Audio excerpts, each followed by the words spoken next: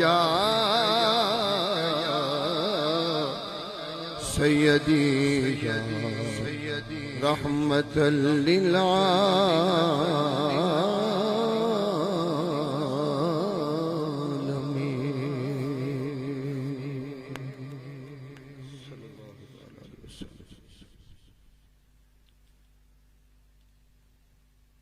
अल्लाह जल शानुहु वअम्मा नवालुहु वअतम्मा बुरहानुहु वअज़्ज़म शानुहु वला इलाहा गैरुहु की हम्द व तौसीफ के बाद दुरूद पाक हुजूर सरवर कायनात फ़ख्र मौजूदात दानाए सुबुल ख़तमुर रुसूल मौलाए कुल शब असरा के दुल्हा कुल कायनात के मलजा व मअवा जनाब अहमद मुजतबा हज़रत मुहम्मद मुस्तफ़ा सल्लल्लाहु तआला अलैहि वसल्लम की बारगाह बेकसपन हमें दुरूद व सलाम पेश करने के बाद मेरे निहायत वाजिबुल एहतराम मेरे फाजिल नौजवान खतीब ज़ीशान खतीब पाकिस्तान उस्तादुल उलमा नाशिर कुरान आलिम जलील फाज़िल नबील जनाब मोहतरम और मोहतशम क़िबला हज़रत अल्लामा मौलाना मोहम्मद ज़ाहिद असलम रिज़वी साहिब ज़ीद मजदूह, आपका मशकूर हूँ कि आप यहाँ स्टेज पर तशरीफ़ लाए और महफ़िल सईद को रौनक बख्शी। अल्लाह करीम मेरे इस फाजिल नौजवान को दिन दुगनी रात चौगनी तरक्की अता फरमाए। और अल्हम्दुलिल्लाह आप मीडिया के हवाले से और तहरीर के हवाले से, तकरीर के हवाले से, तदरीस के हवाले से अल्हम्दुलिल्लाह इस नौजवानी के आलम में जिस ज़ौक़ और शौक़ के साथ दीन इस्लाम की खिदमत फरमा रहे हैं, मसलक के हक़ की खिदमत फरमा रहे हैं, अल्लाह करीम हमारे इस फाजिल नौजवान की खिदमात को अपनी बारगाह में कबूल फरमाए और इन्हें अजर अज़ीम अता फरमाए। और अल्लाह करीम इनको उम्र खिज़री अता फरमाए, सेहत और तंदुरुस्ती वाली ज़िंदगी से सरफराज फरमाए, दिन दुगनी रात चौगनी तरक्की अता फरमाए, आमीन। हज़रात गिरामी, आज की ये महफ़िल सईद आप जानते हैं कि इसाले सवाब के सिलसिले में, और ये इसाले सवाब की जो महफ़िल है ये मरहुमा ज़ेबुन्निसा और मरहूम हिदायत अली के इसाल के लिए, ये सवाब पहुँचाने के लिए महफ़िल की गई है। दुआगो हूँ अल्लाह तबारक व तआला मरहुमा ज़ेबुन्निसा और मरहूम हिदायत अली साहब के दरजात बुलंद फरमाए, इस ज़िक्र खैर का सदका उनकी कब्रों को मुनव्वर रोशन फरमाए। और हमारे मोहतरमीन जो मेज़बान महफिल हैं, इरशाद शीरी साहब हैं, इमरान शीरी साहब हैं, मंसूर शीरी साहब हैं, अल्लाह करीम इनकी इस काविश को, इस सही अजीमा को अपनी बारगाह में कबूल फरमा कर इन्हें अजर अजीम अता फरमाए, आमीन। और जितने भी इस महफिल पाक में इतनी देर से तशरीफ़ फरमा है, अल्लाह करीम सबका यहाँ हाजिर होना, बैठना, जिक्र सुनना सुनाना अपनी बारगाह में कबूल फरमा कर सबकी झोलियों को अल्लाह करीम गौहर बुरात से भरपूर फरमाए, आमीन सुम्मा आमीन। टाइम काफ़ी हो गया और बल्कि 1:15 होने वाला है, तो असल में ये टाइम खिताब का नहीं है, ये टाइम खिताब का नहीं है, ये टाइम आराम का है। तो बहरहाल मैं अपनी ड्यूटी देकर जाऊंगा मुख्तसरन, क्योंकि खतीब को जो है ना टाइम ऐसा मिलना चाहिए कि जिसमें वो बात समझाए और अगला समझ सके, ऐसा टाइम है। ये ना हो कि आंखों में नींद भरी हो, दिमाग माऊफ हो नींद से, तो वहाँ खतीब को फिर ना बोलने में मज़ा आता है ना सुनने वाले को मज़ा आता है। तो मैं देखूंगा कि माशाल्लाह अगर आप जाग के बैठे वैसे गुलामान मुस्तफ़ा, लम्हा कोई भी हो, जमाना कोई भी हो, वक्त कोई भी हो, गुलामान मुस्तफ़ा सोते नहीं। प्यारे मुस्तफ़ा का नाम आता है ना तो अल्हम्दुलिल्लाह सीने भी रोशन हो जाते हैं, दिल भी मुनव्वर हो जाते हैं। तो मैं जब तक देखूंगा, और मैं ज्यादा टाइम भी नहीं दूंगा, घबराना भी नहीं, परेशान भी ना होना कि पता नहीं मौलवी कब तक देखेगा, सुबह तक ना देख ले। तो मैं सुबह तक नहीं देखूंगा, जो टाइम मुझे मुनासिब लगा, और ज्यादा टाइम नहीं, इंशाअल्लाह मखसूस टाइम के अंदर जो मुझे हुक्म दिया गया। बार बार इन्होंने मुझे ये इसरार किया कि वालिदैन की फर्माबरदारी का अंजाम और ना फरमानी का अंजाम, मैं यही बयान कर सकूंगा। दुआ करें अल्लाह करीम मुझे हक बयान करने की तौफीक अता फरमाए, और आपको सुनकर समझकर हम सबको अल्लाह करीम उस पर अमल करने की तौफीक अता फरमाए। हज़रात गिरामी इरशाद फरमाया वबिल वालिदैन इहसाना, कि वालिदैन के साथ एहसान करो, भलाई करो, नेकी करो, उनकी खिदमत करो, उनकी फर्मा बरदारी करो, उनकी इताअत गुजारी करो, उनका ख्याल रखो, उनकी ज़रूरियात का ख्याल रखो, उनके एहसासात का ख्याल रखो, उनके जज्बात का ख्याल रखो। हर तरह से वालिदैन की खिदमत का हुक्म दिया गया। इम्मा यबलुगन्ना इंदकल किबर अहदुमा, और फरमाया कि जब वो बूढ़े हो जाएं, एक या दोनों बूढ़े हो जाएं, तो फिर और जरा एहतियात से काम लो, और जरा अदब से काम लो। इंदकल किबर अहदुमा औ किलाहुमा, फरमाया कि जब दोनों में से बूढ़े हो जाएं, एक या दो, तो फला तकुल लहुमा उफ, फरमाया अगर वो कुछ कह भी लें, डांट भी लें, कोई नसीहत कर भी लें, आपको अच्छी ना भी लगे, तो फरमाया खबरदार उनके सामने उफ यानी आवाज बुलंद करना तो बहुत दूर की बात है ना, जवाब देना बहुत दूर की बात है। फला तकुल लहुमा उफ, फरमाया उनके सामने उफ तक नहीं करनी है, उफ नहीं करनी। आज हमारी आवाजें तो पता नहीं कहां से कहां जाती हैं ना वालिदैन के सामने, हाँ जी, लेकिन फरमाया उनके सामने उफ तक ना करो, बल्कि किस तरह कलाम करो। हजरत अब्दुल्लाह इब्न उमर रज़ियल्लाहु ताला अन्हु से पूछा गया कि किस तरह कलाम करें, फरमाया कि जिस तरह कोई अपने नौकर जो होता है ना, नौकर अपने मालिक के सामने कलाम करता है ना, वालिदैन का भी हक है औलाद अपने वालिदैन के सामने इस तरह गर्दन झुकाकर कलाम किया कर, ये उनका हक है। बला तनहरहुमा, और फरमाया कि उनको झिड़कना नहीं है, उनको बातें नहीं सुनानी, उनके साथ बदतहजीबी से कलाम नहीं करना।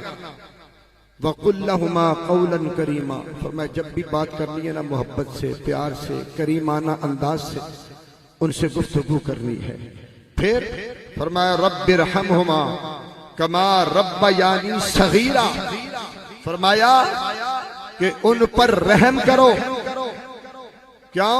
बचपन में उन्होंने तुम पर रहम किया, जब तुम छोटे थे उन्होंने पाला, जब तुम्हें खाना नहीं आता था उन्होंने खिलाया, जब तुम्हें पीना नहीं आता था उन्होंने पिलाया, जब तुम्हें पहनना नहीं आता था उन्होंने पहनाया, जब तुम्हें गर्मी और सर्दी का पता नहीं होता था गर्मी से बचाया, सर्दी से बचाया, तुम्हें रातों को अज़ियत से बचाया, आराम पहुंचाया। तो फरमाया कि जिस तरह उन्होंने तुम पर रहम किया, रब्बिरहमहुमा, दोनों ने तुम पर बचपन में रहम किया, तो रब से दुआ किया करो कि या अल्लाह जिस तरह उन्होंने बचपन में हम पर रहम फरमाया, मौला तू भी रहम फरमा। अब सवाल ये पैदा होता है कि जब हम वालिदैन पर रहम करेंगे तो उसका सिला क्या मिलेगा? तो सुनिए, फरमाया कि वालिदैन की रज़ा में रब की रज़ा है, वालिदैन राजी है तो रब राजी है। पता ये चला कि जो वालिदैन पर रहम करेगा, जो वालिदैन को राजी करेगा, तू यहाँ वालिदैन पर रहम करेगा, फर्श पर, अर्श पर रब तुझ पर रहम फरमा देगा। रब्बिरहमहुमा कमा रब्बयानी सगीरा, फरमाया कि वालिदैन फरमाया कि उन्होंने तुम पर रहम किया, उनके लिए दुआ किया कि मौला तू भी उन पर रहम फरमा जिस तरह बचपन में उन्होंने हम पर रहम फरमाया। हदीस है अत-तरगीब व तरहीब के अंदर सरकार दो आलम सल्लल्लाहु अलैहि वसल्लम की खिदमत में एक सहाबी आकर अर्ज करते हैं, या रसूल अल्लाह सल्लल्लाहु अलैहि वसल्लम, ये बताइए मैं जिहाद पर जाना चाहता हूं लेकिन ताकत नहीं रखता, कुदरत नहीं रखता, मेरे लिए क्या हुक्म है, जिहाद पर जाऊं या ना जाऊं? मेरे आका ने फरमाया तुम्हारे वालिदैन जिंदा हैं? हाँ या रसूल अल्लाह सल्लल्लाहु अलैहि वसल्लम, मेरे वालिदैन जिंदा हैं। आइए मेरे दोस्तों, मेरे कमली वाले मुस्तफा करीम अलैहिस्सलातु वस्सलाम, आपने फरमाया मेरे सहाबी जी आका, फरमाया ये बताओ तुम्हारे वालिदैन जिंदा हैं? हाँ या रसूल अल्लाह, मेरे वालिदैन हयात हैं। मेरे आका ने फरमाया ऐसा करो कि जाकर वालिदैन में जिहाद करो। अर्ज़ की या रसूल अल्लाह क्या मतलब? मेरे कमली वाले मुस्तफा करीम ने फरमाया जाओ जाकर वालिदैन की खिदमत करो, उनकी जरूरियात का ख्याल रखो। तुम्हें जब वालिदैन की खिदमत करोगे अल्लाह तबारक व तआला तुम्हें जिहाद से भी ज्यादा सवाब अता फरमा देगा। मेरे आका हुजूर ताजदार अंबिया हबीब किबरिया सल्लल्लाहु अलैहि वसल्लम ने फरमाया वालिदैन का चेहरा देखा कर। ये वालिदैन जो है ना बड़ा अनमोल खजाना है, बड़ा कीमती खजाना है। अगर हम समझें, काश के हमें समझ आ जाए, काश के हम इस बात को समझ लें, जान लें। और कुछ ऐसे भी होंगे जिनको मौजू खुश्क लग रहा होगा, लेकिन ये मौजू खुश्क नहीं है। इस मौजू को खुश्क ना समझ, इश्क कर इस मौजू से। जब इश्क करेगा ना, ये मौजू समझ में आ गया ना, दोनों जहान में बेड़ा पार हो जाएगा। ये मामूली ना समझ। वालिदैन बहुत बड़ी नेमत है, बहुत बड़ी दौलत है। हुजूर ने फरमाया वालिदैन का चेहरा देखा कर। क्यों? फरमाया कि जो एक नजर खुशी से वालिदैन का चेहरा देख रहे ना, अल्लाह करीम उसको एक मकबूल हज का सवाब अता फरमा देता है। वैसे हज करनी हो तो क्या करना पड़ता? पासपोर्ट भी बनवाना पड़ता है, हाँ जी, वीजा लगवाना पड़ता है, टिकट लेना पड़ता है, 12, 13, 14 लाख रुपए खर्च होता है आज के दौर में, फी जमाना, और फिर जाकर हज होता है। लेकिन वालिदैन जिसके घर में है हज की ताकत नहीं रखता, उस पर अगर हज फर्ज नहीं है तो मेरे आका ने कितनी आसानी फरमा दी कि वालिदैन जैसी दौलत उसको अता फरमा दी कि अगर तू हज पर नहीं जा सकता, वालिदैन सामने हैं, उनका चेहरा खुशी से देख। जब खुशी से देखेगा तो तुझे मकबूल हज का सवाब। अर्ज की या रसूल अल्लाह, अगर कोई 2 मरतबा देखे फरमाया 2, अगर कोई 10 मरतबा देखे फरमाया 10। फरमाया अर्ज की या रसूल अल्लाह, अगर कोई 100 मरतबा देखे फरमाया अल्लाह के खजानों में कोई कमी नहीं। जो जितनी मरतबा खुशी से देखता चला जाएगा, अल्लाह उसे उतने ही हजों का सवाब अता करता चला जाएगा, करता चला जाएगा, करता चला जाएगा। जरा कह दे सुभान अल्लाह। जिस चीज को अच्छी लगी ना बात, वो कहे सुभान अल्लाह। और सुने या रसूलुल्लाह सल्लल्लाहु अलैहि वसल्लम, ये वालिदैन का चेहरा देखें, चेहरा देखने से क्या अजर मिलता है। मेरे आका दो आलम सल्लल्लाहु अलैहि वसल्लम ने फरमाया कि वालिदैन के चेहरे को देखना मामूली ना समझो, इनका बड़ा मकाम है, बड़ी शान है। वो कैसे? आइए मेरे दोस्तों, मेरे कमली वाले मुस्तफा करीम अलैहिस्सलातु वस्सलाम ने फरमाया अन-नज़्रु इला वजहिल आलिमी इबादा, अन-नज़्रु इला वजहिल वालिदैन इबादा, अन-नज़्रु इला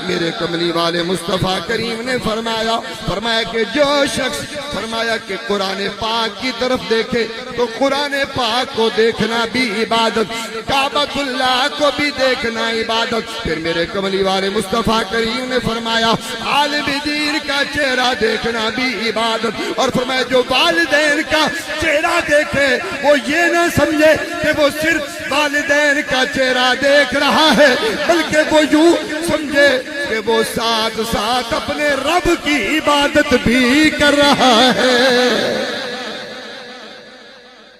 कितना बड़ा मकाम है कि वालिदैन का चेहरा जो देखे तो फरमाया वो यूं समझे कि वो अल्लाह की इबादत कर रहा है, क्योंकि वालिदैन का चेहरा देखना भी इबादत है। अर्ज की गई या रसूल अल्लाह सल्लल्लाहु अलैहि वसल्लम मा हक़्क़ुल वालिदैन अला वलदिहिमा, या रसूल अल्लाह सल्लल्लाहु अलैहि वसल्लम ये बताइए कि लड़के का वालिदैन पर क्या हक है। मेरे आक़ा दो आलम सल्लल्लाहु अलैहि वसल्लम ने फरमाया हम जन्नतों का व नारों का। हुजूर ने फरमाया वो तुम्हारे लिए जन्नत भी हैं और जहन्नम भी है। आका वो कैसे? फरमाया अगर तू अपने वालिदैन की नाफरमानी करे, अगर वालिदैन को सताएगा तो तेरे लिए वो जहन्नम में जाने का बाइस बनेगा। हम जितने बैठे हैं ना, जरा हम गौर तो करें कि क्या कहीं हमारा रवैया अपने वालिदैन के साथ ऐसा तो नहीं कि जो जहन्नम में जाने का बाइस बन जाए। आज बिलउमूम अक्सरियत इस बात से गाफिल है। वो वालिदैन के साथ नाफरमानी का सुलूक, बदतहजीबी का सुलूक करते हैं। बाप बुलाए बदतमीजी से जवाब, माँ बुलाए बदतहजीबी से जवाब। यहां तक मैंने ऐसे बदनसीब देखे कि वो वालिदैन को गालियां दे रहे होते और वालिदैन के सामने दू बदू बोल रहे होते हैं। वो वालिद जिसने तुम्हारे लिए मजदूरी की, जिसने तुम्हारे लिए तकलीफें और अज़ियतें बर्दाश्त की, वो वालिदा जिसने तुम्हारी खातिर रातों को नींदें हराम की और तुम्हें आराम पहुंचाया, वो वालिदा कि जो तुम्हारे खाने का पीने का इंतजाम करती है और तुम्हें अपनी मोहब्बतों से नवाजती है, शफ़क़तों से नवाजती है, उसके सामने जब तू बदतहजीबी से कलाम करेगा, अगर तू उसके सामने जो है बदकलामी करेगा तो याद रख मेरे आका ने फरमाया कि वो तुम्हारे लिए जहन्नम है। यानी वालिदैन के साथ बदतहजीबी करने वाला जन्नत में नहीं जा सकता, जहन्नम में जाएगा। इसलिए फरमाया कि वालिदैन से नाफरमानी ना कर, अगर नाफरमानी करेगा वो तेरे लिए जहन्नम में जाने का बाइस है। और या रसूलुल्लाह सल्लल्लाहु अलैहि वसल्लम जन्नत में जाने का बाइस कैसे? मेरा आका ने फरमाया उनका सीना ठंडा कर, उनके साथ हुस्ने सुलूक कर, अल्लाह करीम तुझे जन्नती बना देगा। मेरे आका ने फरमाया बड़ा खुश नसीब है वो शख्स जिसके वालिदैन उससे राजी है। क्यों?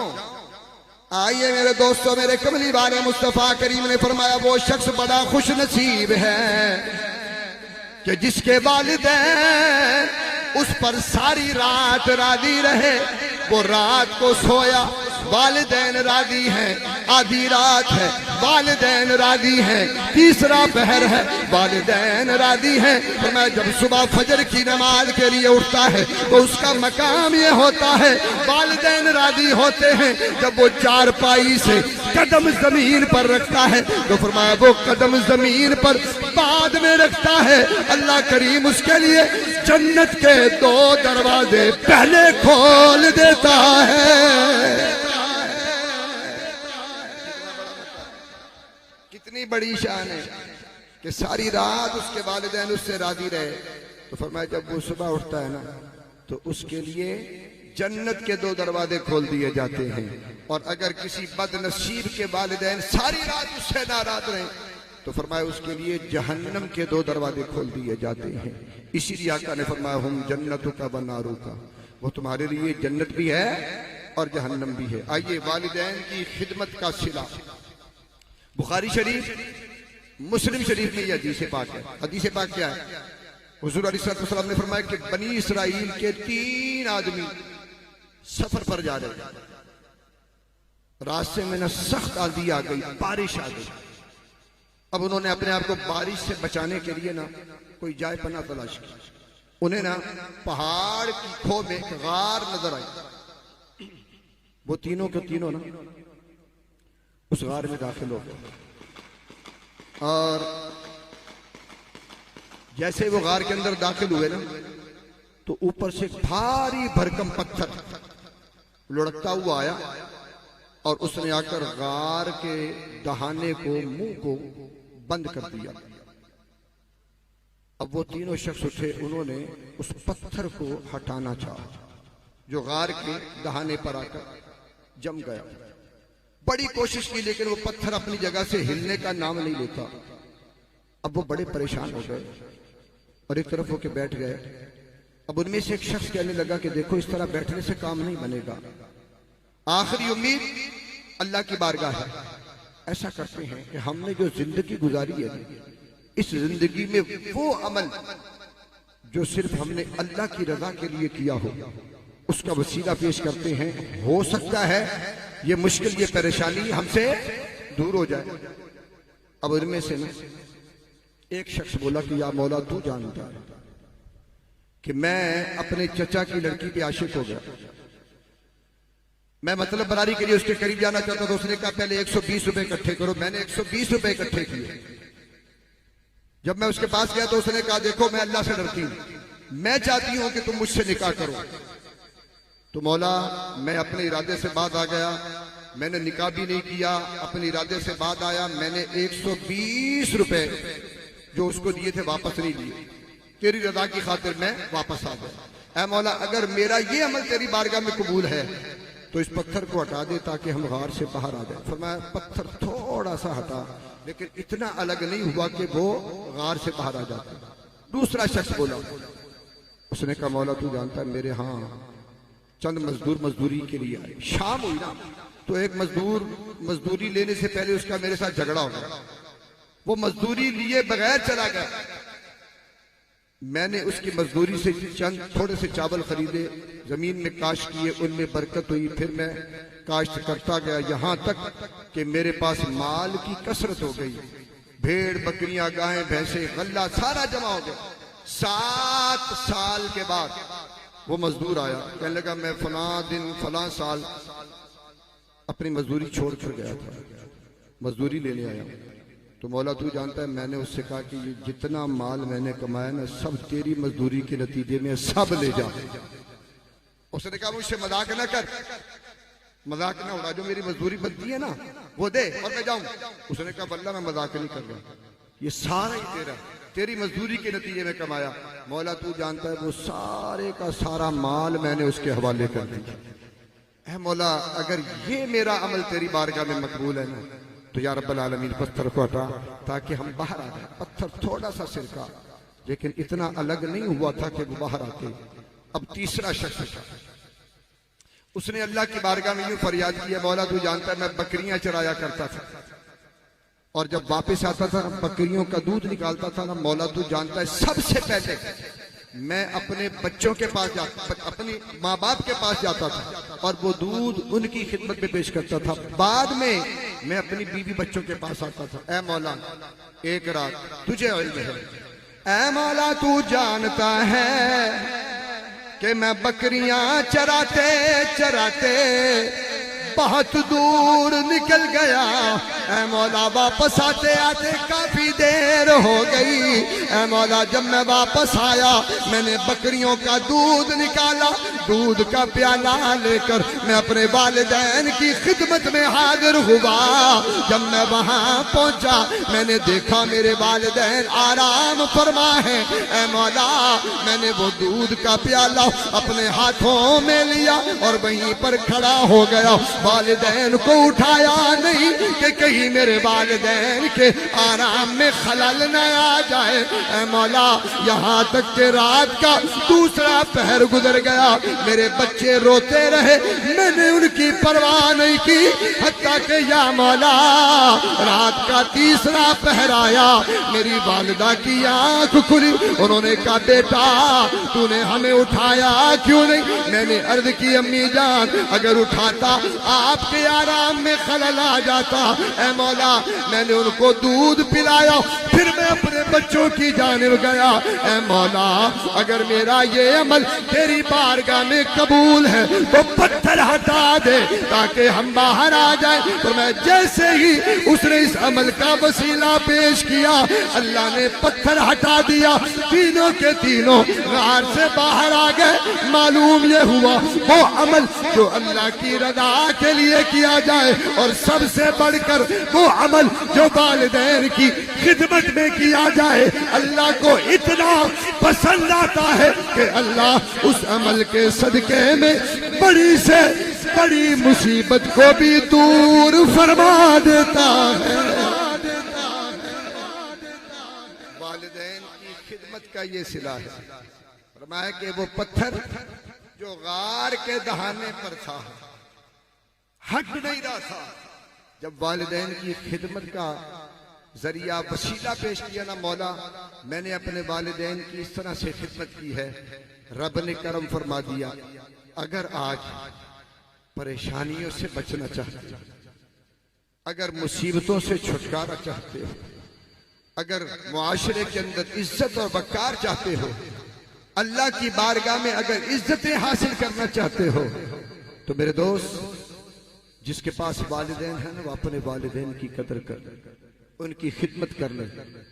ये मेरे सरकार का फरमान है। और दुनिया गलत हो सकती है मगर सरकार का फरमान कभी गलत नहीं हो सकता। बड़ा खुश नसीब है जो अपने वालिदैन की खिदमत करता है और फिर वो अल्लाह और उसके रसूल की बारगाह में उसकी रहमतें और बरकतें समेटता है। हजरत सुलेमान अलैहिस्सलाम आप की तरफ अल्लाह ने वही नाजिल फरमाई, फरमाया कि सुलेमान समंदर के किनारे चले जाओ और वहां जाकर एक अजीब व गरीब मामला देखो। हजरत सुलेमान अलैहिस्सलाम आप समंदर के किनारे चले गए। आपके वजीर हजरत आसिफ बिन बरखिया साथ हैं। अब मेरे दोस्तों जब समंदर के किनारे पहुंचे ना तो आपको वहां कोई अजीब गरीब मामला नजर नहीं आया जो हैरान करने वाला हो। हजरत सुलेमान अलैहिस्सलाम ने हजरत आसिफ बिन बरखिया जो आपके वजीर थे उनसे फरमाया कि देखो ये अल्लाह की तरफ से पैगाम आया और ये गलत नहीं हो सकता। ऐसा करो कि समंदर के अंदर गोता लगाओ और देखो कि अंदर क्या मंजर है। वो नौजवान उसने समंदर में गोता लगाया। जब समंदर में गोता लगाया तो मंजर क्या देखा, अल्लाह अकबर। आइए मेरे दोस्तों, उसने मंजर देखा कि समंदर के अंदर एक बहुत बड़ा महल है, उसके 4 दरवाजे हैं, चारों के चारों खुले हुए हैं। वो उस महल के अंदर दाखिल हुआ, दरवाजे 4 हैं, एक ज़मरुद का, एक याकूत का, एक मोती का और एक मरजान का। वो अंदर दाखिल हुआ, उसने क्या देखा कि चारों के चारों दरवाजे खुले हैं, लेकिन उस महल के अंदर पानी का एक कतरा भी दाखिल नहीं होता। जब वो अंदर दाखिल हुआ उसने क्या देखा कि उस महल के अंदर एक बड़ा खूबसूरत, बड़ा हसीन और जमील नौजवान है जो उस महल में खड़े होकर अल्लाह की इबादत का शरफ हासिल कर रहा है। अब उसने ये मंजर देखा ना तो बड़ा हैरान हुआ। बाहर आया, आकर करने लगा कि अल्लाह के प्यारे पैगंबर ये मामला मैंने देखा है। आपने फरमाया ऐसा करो कि वो नौजवान जो अंदर इबादत कर रहे हैं ना उसको बाहर लेकर आओ। अब हजरत आसिफ बिन बरखिया गए, आपने उस नौजवान को ना बाहर बुलाया। वो नौजवान बाहर आया, आकर हजरत सुलेमान अलैहिस्सलाम की खिदमत में सलाम अर्ज किया। आपने उससे पूछा कभी तुझे ये मकाम कैसे मिला, तू यहाँ कैसे पहुंचा, ये अजमत कैसे नसीब हुई?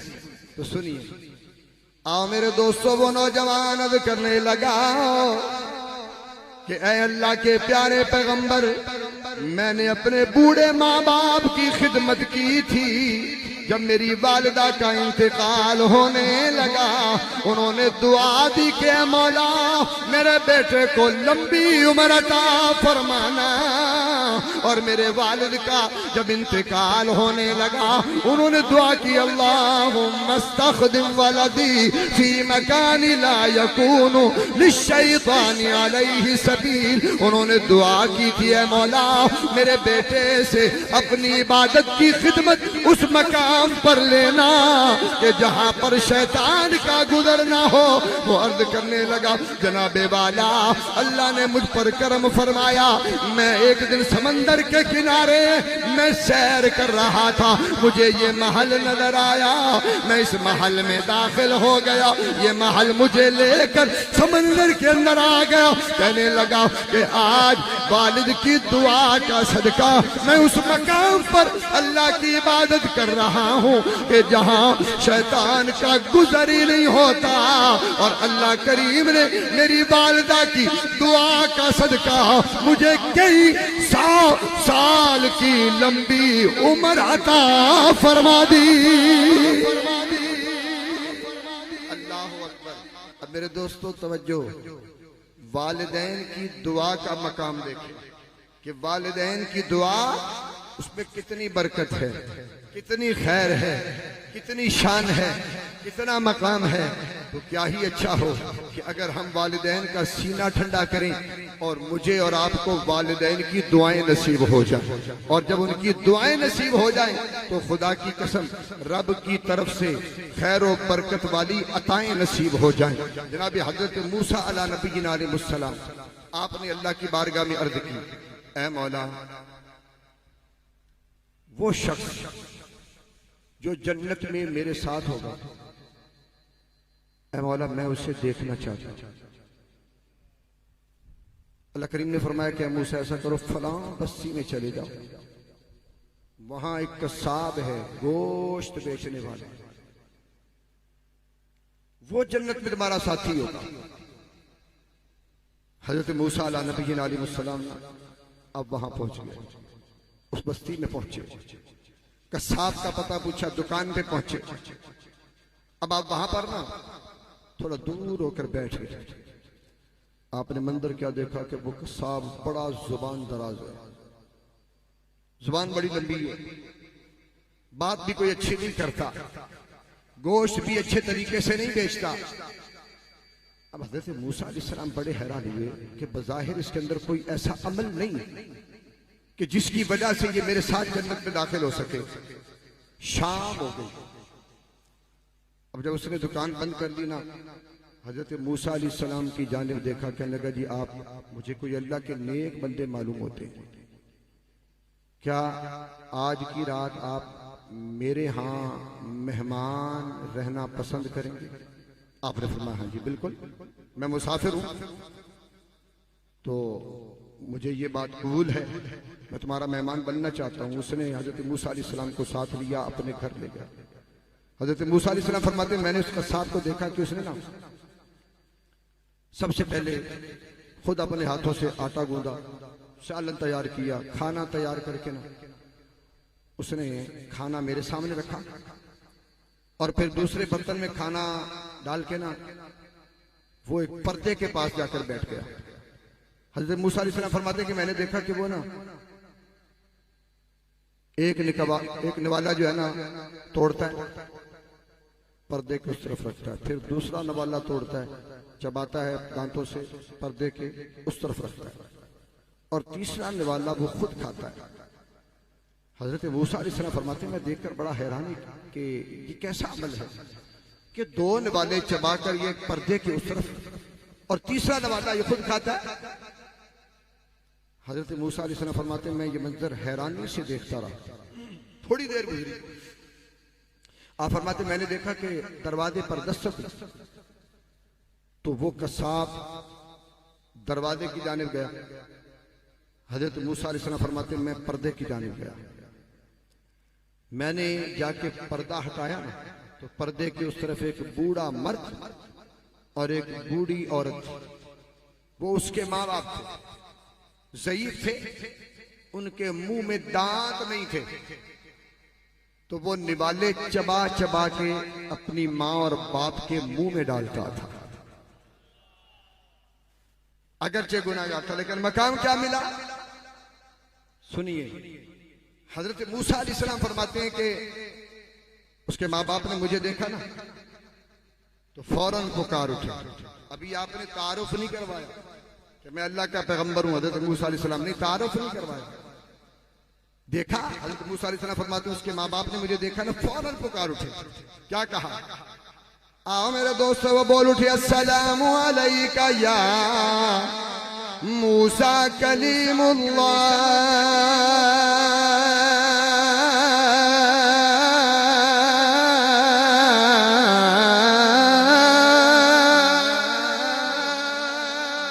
अस्सलामु अलैका या मूसा कलीमुल्लाह। हजरत मूसा अलैहिस्सलाम बड़े हैरान हुए कि इनको कैसे पता है कि मैं अल्लाह का कलीम हूँ। मेरे दोस्तों तवज्जो, हजरत मूसा अलैहिस्सलाम को उन्होंने देखा, फौरन रूह कफ़स नुसरी से परवाद कर गई। मेरे दोस्तों, अभी हजरत मूसा अलैहिस्सलाम तशरीफ फरमा थे, वो कसाब आया, उसने देखा उसके वालिदैन फौत हो चुके हैं, उसने भी फौरन पढ़ा सलाम अलैका या मूसा कलीमुल्लाह। मेरे दोस्तों, हजरत मूसा अलैहिस्सलाम बड़े हैरान हुए और पूछने लगे कि मैंने तुम्हें अपना तारुफ नहीं करवाया, तुम्हें कैसे पता चला कि मैं अल्लाह का कलीम हूँ? तो मेरे दोस्तों, उस कसाब ने जवाब दिया, कहने लगा ये फौत होने वाले मेरे वालिदैन थे, मैं इनकी खिदमत किया करता था और मेरे वालिद दुआ किया करते थे कि या अल्लाह हमें उस वक्त तक मौत ना देना जब तक हम तेरे पैगंबर हजरत मूसा अलैहिस्सलाम का दीदार ना कर ले। और मेरी वालिदा दुआ किया करती थी, ऐ मौला ये मेरा बेटा हमारी खिदमत करता है, मौला इसके सिरे में इसे जन्नत के अंदर हजरत मूसा अलैहिस्सलाम का साथ अता फरमा देना। हजरत मूसा अलैहिस्सलाम ने फरमाया फिर उठ जा, तुझे मुबारक हो, अल्लाह ने तेरी दुआ को, तेरी माँ की दुआ को कबूल फरमा लिया है। आ मेरे सीने से लग जाओ, तेरी माँ की दुआ का सदका अल्लाह ने तुझे जन्नत के अंदर मुझ मूसा का साथ अता फरमा दिया है।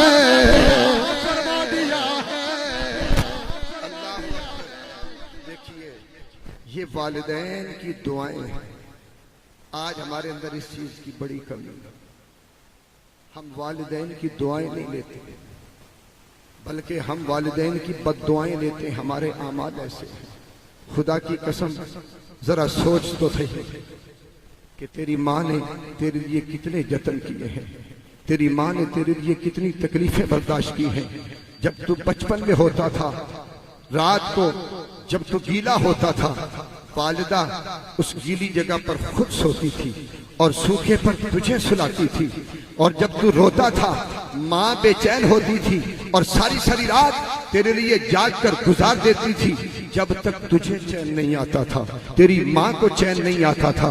और फिर खुदा की कसम, वो वालिदा जिसने बचपन में तेरे नाज उठाए हैं, वो माँ के जिसने बचपन में तेरे नाज उठाए और तुझे कभी उठाकर वो किसी दुकान पर लेकर जा रही है, जूतियों की दुकान पर लेकर जाती है, तो वहां वो तेरे नाज उठाती है, खुद अपने हाथों से जूता उठाती है, तेरे पाँव में पहनाती है और देखती है कि इसे पूरा है या नहीं। फिर तेरे साथ वो कपड़े लगा के, कलर लगा के देखती है कि मेरे बेटे पर ये कलर जच रहा है या नहीं, ये रंग सज रहा है या नहीं।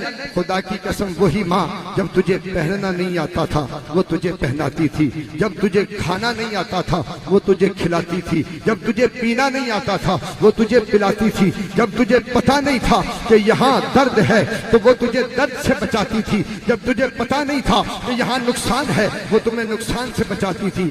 अब जरा सोच कि जब वो वालिदा बूढ़ी हुई और तू नौजवान हुआ तो क्या तूने भी अपनी माँ के नाज इस तरह उठाए हैं? कभी माँ का नखरा इस तरह उठाया है? कभी तू भी अपनी वालिदा को लेकर किसी दुकान पे गया है? कभी तूने भी वालिदा का पांव पकड़ के उसमें जूता डाल के कभी तुमने भी नापा है कि माँ को जूता पूरा आया कि नहीं? कभी तूने भी वालिदा को इस तरह खुश किया या नहीं? खुदा की कसम आज हम इस चीज से बहुत दूर हैं। आज की जो औलाद अपने वालिदैन का दिल दुखाती है और उनको उनकी नाफरमानी करके उनके दिल को दुखा के जहन्नम में जाने का सामान पैदा करती है, वो बाप कि जिसने तेरे लिए बड़े बड़े नाज उठाए, तेरे लिए न गर्मी को देखा, न सर्दी को देखा, न धूप को देखा, न अपनी जान की परवाह की, अपनी जान पर खेल कर सिर्फ तेरे लिए वो मजदूरी करता रहा, वजन उठाता रहा, तेरे लिए वो धूप की सख्तियां झेलता रहा, तेरे लिए वो लोगों के ताने सुनता रहा। लेकिन अफसोस का मकाम है कि आज जब वो वालिद बूढ़ा हुआ उसके कंधे तेरी वजह से झुक गए और मेहनत करते करते उसकी कमर झुक गई। लेकिन अफसोस कि आज तुझे एहसास नहीं होता। आज का बेटा, आज की औलाद अपने वालिद को सिर्फ साल में एक मरतबा जूता देकर, साल में एक मरतबा ईद के मौके पर जोड़ा देकर वो कहता बस मैंने अपना जो भी मेरा किरदार था, जो भी मेरा जिम्मा था वो मैंने पूरा कर दिया। नहीं, तू गलती पर है, तू सरासर गलती पर है। खुदा की कसम कभी तूने वालिद को या वालिदा को अकेले कमरे में जाकर, जब रात की तन्हाई में वालिद अकेला होता है, जब रात की तन्हाई में माँ अकेली होती है, दर्द से कर्राह रही होती है, जब बीमारी से ज़ौफ़ से वो कर्राह रही होती है, कभी जाके पूछा कि ए अम्मी जान किस हाल में हो, रात कैसे गुजर रही है? ए अम्मी जान रात किस कर्ब में गुजरी है? ए अब्बा जान रात किस तकलीफ में गुजरी है? खुदा की कसम बहुत कम मैंने नहीं देखा कि अगर बाप रात को अकेले में कर्रा रहा है तो बेटा मजे की नींद लेकर दूसरे कमरे में सो रहा है। उसे बाप के कर्राहने की परवाह नहीं है, उसे माँ के कर्राहने की परवाह नहीं है, उसे बाप की तकलीफ की परवाह नहीं है, उसे माँ की तकलीफ की परवाह नहीं है। अफसोस का मकाम है कि तू कहाँ पहुंचा, कितनी बड़ी नाफरमानी कर रहा है। वो वालिदैन जो तेरी एक चीख पर सारी रात जाग जाया करते थे, उठकर तेरे पास आ जाया करते थे, तेरी तकलीफ को दूर किया करते थे, आज जब वो खुद कर्रा रहे हैं तेरे पास उनके पास जाने के लिए टाइम नहीं, तेरे पास डॉक्टर के पास ले जाने के लिए टाइम नहीं, तेरे पास दवाई दिलाने के लिए टाइम नहीं है। लेकिन याद रख, एक एक बात का तुझसे हिसाब लिया जाएगा, एक एक चीज की तुझसे खबर ली जाएगी, एक एक चीज की तुझसे बात पुछ की जाएगी। इसलिए आका ने फरमाया कि वालिदैन को नाराज मत करना। क्यों? जिस पर वालिदैन नाराज उस पर रब नाराज, जिस पर वालिदैन राजी उस पर रब राजी। इस बात से फरमाया वालिदैन को राजी कर। क्यों? मेरे आका ने फरमाया इन्ना तालिबल इल्म वल मरअतल मुतीअता लिज़ौजिहा वल वलदल बारा बिवालिदैहि यदखुलूनल जन्नता मअल अंबियाई बिगैर हिसाब। फरमाया कि एक वो तालिब इल्म और फरमाया दूसरा फरमाया कि वो औरत जो अपने शौहर की फरमा बरदार, और तीसरा वो लड़का जो अपने वालिदैन का फरमा बरदार है, वालिदैन का खिदमतगार है। फरमाया जब कयामत का दिन होगा अल्लाह उसे बगैर हिसाबो किताब के अंबिया के साथ जन्नत में दाखिल फरमा देगा। आप इससे अंदाजा लगाएं कि वालिदैन कितने मकाम के हामिल हैं, हमारे पास कितनी बड़ी दौलत है, हमारे पास कितना बड़ा खजाना मौजूद है जिसकी हमें कदर नहीं है। इस वास्ते मेरे दोस्त जिनके वालिदैन नाराज हैं उन्हें चाहिए कि आज वो अपने वालिदैन के पांव पकड़ें, उनको राजी करें और उस वक्त तक ना छोड़ें जब तक वो राजी ना हो जाए। आइए बस आखिर में मैं ये अर्ज कर दूं कि वालिदैन की नाफरमानी का अंजाम क्या है। नाफरमानी का अंजाम क्या है। सुनिए, हुजूर अलैहिस्सलातु वस्सलाम के प्यारे सहाबी हैं, बड़े अजीम सहाबी हैं, बड़े अजमत वाले सहाबी हैं। वक्त नज़ा तारी हुआ, सकर का आलम तारी हुआ, जुबान से कलमा तैयबा जारी नहीं होता। हुजूर अलैहिस्सलातु वस्सलाम की बारगाह में पैगाम पहुंचाया गया, या रसूलुल्लाह सल्लल्लाहु अलैहि वसल्लम आपके सहाबी हैं, लेकिन जुबान से कलमा जारी नहीं हो रहा, वक्त नज़ा है। हुजूर ने हजरत बिलाल रज़ी अल्लाह तआला अन्हु और दीगर 2 सहाबा को भेजा कि जाओ और मेरे उस सहाबी के पास बैठकर कलमे की तलकीन करो। और दोनों सहाबी बैठ गए और उन्होंने कलमा शरीफ पढ़ना शुरू कर दिया, लेकिन इसके बावजूद उस सहाबी की जुबान पर कलमा जारी नहीं होता। अब मेरे दोस्तों, हुजूर अलैहिस्सलातु वस्सलाम आपकी बारगाह में पैगाम पहुंचाया गया। हुजूर अलैहिस्सलातु वस्सलाम आप खुद उठे, उस सहाबी के पास पहुंचे। जब पहुंचे ना तो हुजूर सल्लल्लाहु अलैहि वसल्लम ने फरमाया कि इसकी वालिदा को बुलाओ। उस सहाबी रसूल की वालिदा को बुलाया गया। हुजूर सल्लल्लाहु अलैहि वसल्लम ने फरमाया कि अम्मा ये बता कि तेरा ये बेटा कैसा था।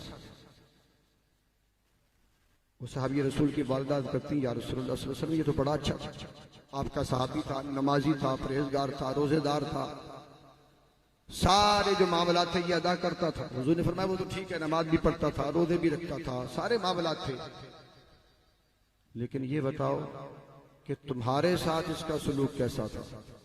तवज्जो है, तुम्हारे साथ सलूक कैसा था।